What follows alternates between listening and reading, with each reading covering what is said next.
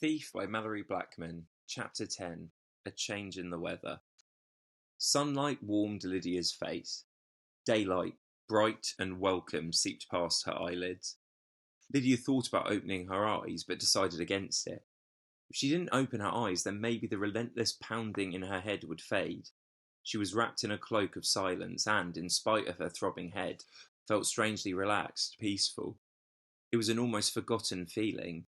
But then she remembered. With a start, Lydia sat up. Her eyes flew open to their limits. Her right hand flew to her head as the pounding intensified. It all came flooding back. Thief. And the accident and running away. The storm. What had happened to the storm and the rain and the sky full of rainbow colours that had rushed towards her and swallowed her up? There'd been a moor pony galloping in a mad panic straight towards her. Lydia looked round, mystified. She must have fainted. No, she must have been knocked unconscious. But for how long? Long enough for the clouds to disappear and the sun to come out. Lydia put her hands down on the ground to steady herself, her head swimming and spinning again. Something was wrong. She filled her hands with earth and let it fall off her palms and trickle between her fingers. It was dry. The ground was dry. Lydia wiped her hands on her jacket. Her jacket was wet. It didn't make any sense. How could her jacket be soaking wet from the storm, and yet the ground be bone dry? She looked around again. The moor stretched out all around her, and the ground was not just dry, but cracked and parched. Lydia looked around for the bus stop. It wasn't there. She scrambled to her feet, her head turning this way and that.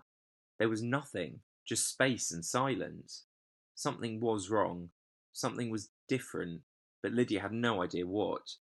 She wasn't even sure why things felt different. Except for the ground being dry and the disappearance of the bus stop, everything was the same as before. More or less. More or less. Lydia slowly rubbed her nape. Why was her skin prickling? It was as if every hair on the back of her neck was standing to attention. Just at that moment, Lydia got the terrifying feeling there was something behind her. Her head whipped round. Far off, above the horizon, the sky was ablaze with colour. Lydia stared, stunned, afraid. Flaming pink, orange and yellow swirls of colour whirled around and around. Lydia could see lightning crackling between the horizon and the sky, although she couldn't hear a thing. But the mad storm was still there. What was it? For a brief moment, she thought she'd only dreamt about being caught in the strange storm. But there it was. And one thing was certain, the storm was once again headed her way. The look of it, the feel of it, sent a chill stealing down her spine. Lydia had to get away fast. She turned and started running in the opposite direction. She stopped abruptly. There, in the distance, a figure was running along. Lydia was too far away to see whether it was a woman or a man, a girl or a boy, but someone was definitely there. "Hey, hang on!" Lydia shouted. She ran to intercept the person. Halfway towards them, she shouted again, "Stop! Please stop!" Lydia kept running, perspiration trickling down her forehead. The person turned in Lydia's direction, then walked a few steps towards her. Lydia was now close enough to see that it was a girl of about her age, wearing a neck-to-ankle overall dotted with different coloured speckles and swirls. Lydia had never seen anything like it before. The material shimmered like glittery paper. Lydia looked around. Where had the girl come from? There was the road, but where was the bus stop? And what had happened to the rain? Why was the ground dry? Questions buzzed around Lydia's aching head like angry flies. "Who are you?" the girl called out suspiciously. "I don't remember seeing you before." "I'm Lydia." "When did the storm stop?" she asked, still running. The girl frowned deeply but said nothing. Lydia was close enough now to see the girl's face. Her eyes flew wide open. "Frankie? You're okay. Thank God you're okay. What are you doing here?" Lydia rushed forwards. The girl took a hasty step back. "My name's Fran, not Frankie," said the girl. "Who are you?" Lydia blinked hard. Now that she had a longer look, she could see that it wasn't Frankie. This girl's hair was longer and a darker shade of brown, and her eyes were dark brown, not green like Frankie's. But in everything else she looked exactly the same. Lydia stared at the girl. "Are you Frankie's sister?" No, that didn't make sense. Two sisters would hardly have the same name. "I don't have a sister." My name is Francis, but I hate Francis, so everyone calls me Fran. Frankie's real name was Francis too. Lydia's hand flew to her pounding head. She closed her eyes, swaying unsteadily. Are you all right? Fran was immediately concerned. I don't know. I don't think so, Lydia replied faintly. Fran raced forward, only just managing to catch Lydia in time before she keeled over. Lydia breathed deeply, trying to fight off the feeling of nausea that was tumbling her stomach round like clothes in a washing machine. You better come with me, Fran said. We can't stand here chatting all day. We've only got 10 minutes before curfew, and I don't know about you, but I don't want to get caught by the night guards. The night guards? Who are they? Lydia asked.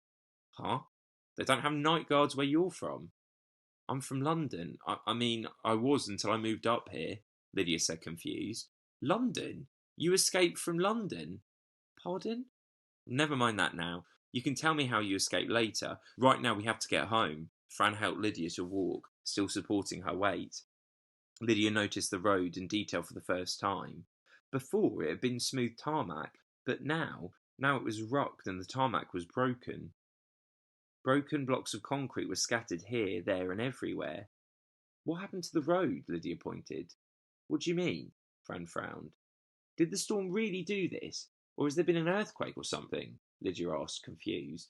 It's always been like this. Fran looked as confused as Lydia felt. Lydia watched Fran. If Fran was playing a trick on her, then it was a very good trick. Fran even managed to keep a straight face so that she didn't give the game away, and Lydia still couldn't get over just how much Fran looked like Frankie. I must be dreaming, Lydia thought. I'm probably still lying on the moors and dreaming all this. That had to be the explanation, so the best thing to do was to go along with the dream until she woke up. She just wished it made a bit more sense. I feel a bit better now, she said. She straightened up and took some deep breaths. Where do you live? Asked Fran. Rosemary Street, Lydia replied. Where? 14, Rosemary Street. Never heard of it. Where's that? Fran frowned. Before Lydia could answer, an ear-piercing shriek filled the air. It was so loud that Lydia's hands immediately flew to her ears. Just as abruptly as the noises started, it stopped. Lydia barely had time to open her mouth before the noise began again. 4 more sharp blasts filled the air like the screech of a high-pitched, gigantic whistle. Her fingers were in her ears. Lydia waited for yet another blast. None came. What on earth was that? Lydia gingerly removed her fingers from her ears. We only have 5 minutes until curfew. Fran looked around, worried. Curfew? Yeah, at 8 o'clock. What? Lydia looked around. When she'd left home, it hadn't even been 2 o'clock yet. 8 in the morning, 8 in the evening, and it was only just beginning to get dark. In November, it got dark before 5 o'clock. We'll have to go for it now. We'll never get home in time. Are you up to running? I think so. Where are we going? My house. I don't know where Rosemary Street is. We don't have time to go looking for it. Come on. Franz started racing along the road, jumping over the concrete blocks littering the road like a mountain goat over rocks. Lydia had no choice but to follow her. This is the strangest dream I've ever had in my life, she thought to herself as she ran. A couple of minutes passed before Lydia had to stop to unbutton her jacket. She was sweltering. She caught up with Fran and they carried on racing flat out without exchanging a word. As they approached the town, Lydia was stunned by what she saw. That afternoon on the bus, she'd passed shops and houses and neat gardens. They had all disappeared. In their place were several single-storey buildings surrounded by wire fences and barbed wire. The street was covered in mountains of rubbish and mounds of debris and rubble. There was an eerie silence all around, and the very air smelt stale and unpleasant. Lydia took a number of short breaths so that she wouldn't have to breathe too much of the foul smell around her. The ear-splitting siren sounded again, even louder than before, except now the shriek was continuous. Jump down! Fran shouted. What? Lydia couldn't hear a word above the noise of the klaxon. Jump down! Fran pointed to the embankment sloping away from the road. At Lydia's puzzled look, Fran grabbed her arm and pulled her off the road. They rolled down the embankment together. Lydia winced as her knee hit something sharp and hard. Fran placed her finger over her lips. She beckoned to Lydia to follow her. They crouched low and ran, but the embankment soon petered away. Then the sirens stopped. We've got to get out of here. Curfew started. Fran ducked low and ran behind the nearest pile of junk and rubbish. What's that place? Lydia pointed to the bungalows. The night guard camp, of course, Fran whispered. Surely you've seen one before. Where did all this come from? I don't... Shh! Keep your voice down, Fran hissed. Follow me. Fran began to crawl along the filthy ground, edging towards the next mound of rubbish. With a frown of distaste, Lydia straightened up and started walking behind her. What are you doing? Lydia asked. Get down! Too late. Without warning, a white laser blast like a rigid flash of lightning cut across Lydia, only just missing her. Lydia heard a low, distant boom as something was fired at her. A second later, her upper arm felt as if a fiery poker had been thrust into it. She shrieked with agony, clutching her left arm. The pain was intense, red hot. A wet, sticky warmth ran down her arm and over the back of her hand down to her fingers. Lydia fell to her knees. The pain was so extreme. Her arm felt like it was on fire. She stared down at the wide, blood-drenched tear in her left jacket sleeve and her jumper and shirt beneath. She was too stunned to even blink. Her whole body trembled with coldness, more profound than any she'd ever experienced before. Fran struggled to pull Lydia to her feet.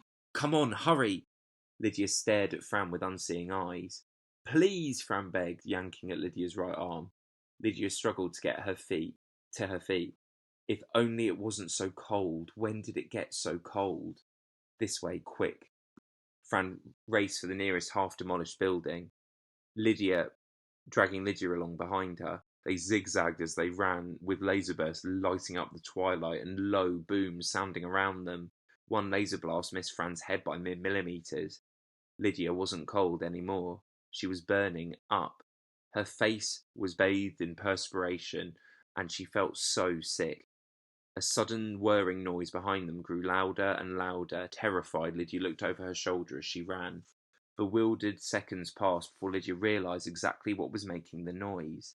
It was a car flying several metres above the ground and speeding towards them.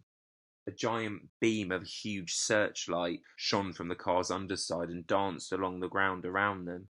And Lydia could hear footsteps pounding behind her, getting closer and closer, but she couldn't see anyone. That made the footsteps worse than the car that was rapidly gaining on them. If only her arm would stop throbbing, if only her lungs would stop aching, if only she could stop for just a second. Come on, Fran urged. The pain in Lydia's arm grew worse with every step she took. She clutched her arm and gulped for air as she ran. They ran through a wrecked house and out into what must have once been a back garden, except now it was just a mound of earth and dirt and more rubbish. Darting between the obstacles, Fran pointed to what looked like a narrow storm drain, its entrance strewn with bricks and rubble. In here, Fran ordered. Lydia ducked down and scrambled after Fran into the dark tunnel that led steeply downhill. The tunnel was so low that the top of it pressed down relentlessly on her back. Lydia moved as fast as she could, which wasn't fast at all because she was almost bent double. Get down, Fran urged. With a grimace, Lydia dropped down flat. Only just in time, another laser beam flashed over their heads. Lydia wanted to freeze all this. She wanted a pause button to press which would just stop all this confusion and bring back the real world. She wanted something, anything that would stop her arm from hurting so much. Come on, Fran started crawling forward on her stomach, with Lydia close behind. The front of Lydia's jacket immediately felt wet. They were crawling through about 3 centimetres of water. At least Lydia fervently hoped it was water. Turn right, Fran commanded. Lydia followed Fran to the right, then the left again as they snaked along. Lydia used her knees and only one hand to push herself forward, her other arm lying uselessly at her side. The small tunnel was now no more than 50 centimetres high. Lydia's arm throbbed painfully, but it was just about bearable. We can stand up now, Fran whispered after a long while. Lydia looked around, but everywhere was shrouded in pitch blackness. She couldn't even see Fran, who was right in front of her. How can you tell? Lydia asked. I know these tunnels like I know my own house, replied Fran. Hang on a minute, though. And then, unexpectedly, there was light. Fran sprang to her feet and moved her wrist around. The light was coming from the watch she wore. Lydia stood up slowly. They were now standing in what looked like a large, gloomy cave with more tunnels than Lydia could count, leading off in all directions. Some of the tunnels were more than twice Lydia's height. Some were so small that a mouse would have had trouble getting through them. A 30-centimetre ledge circled the cavern, but beyond that there was a drop into dark nothingness. Lydia moved forward and peered down warily. She couldn't see to the bottom of the pit. She straightened up and clutched her left arm tighter. Now that they'd stopped moving, her arm was beginning to hurt worse. This way. Fran began to edge her way along the ledge. Lydia looked over the edge again. She didn't like what she saw, not one little bit. She was tired. Her left arm throbbed painfully and her whole body felt horribly cool and sticky. "Can we stop now?" Lydia asked. "No way, it's not safe. They're still after us." "Who are they?" "The night guards." "But why?" Lydia was totally confused. "Why are they chasing us?" Fran turned to face Lydia. "Why do you think?" she snapped. Lydia didn't answer. "To kill us, of course," Fran said stonily.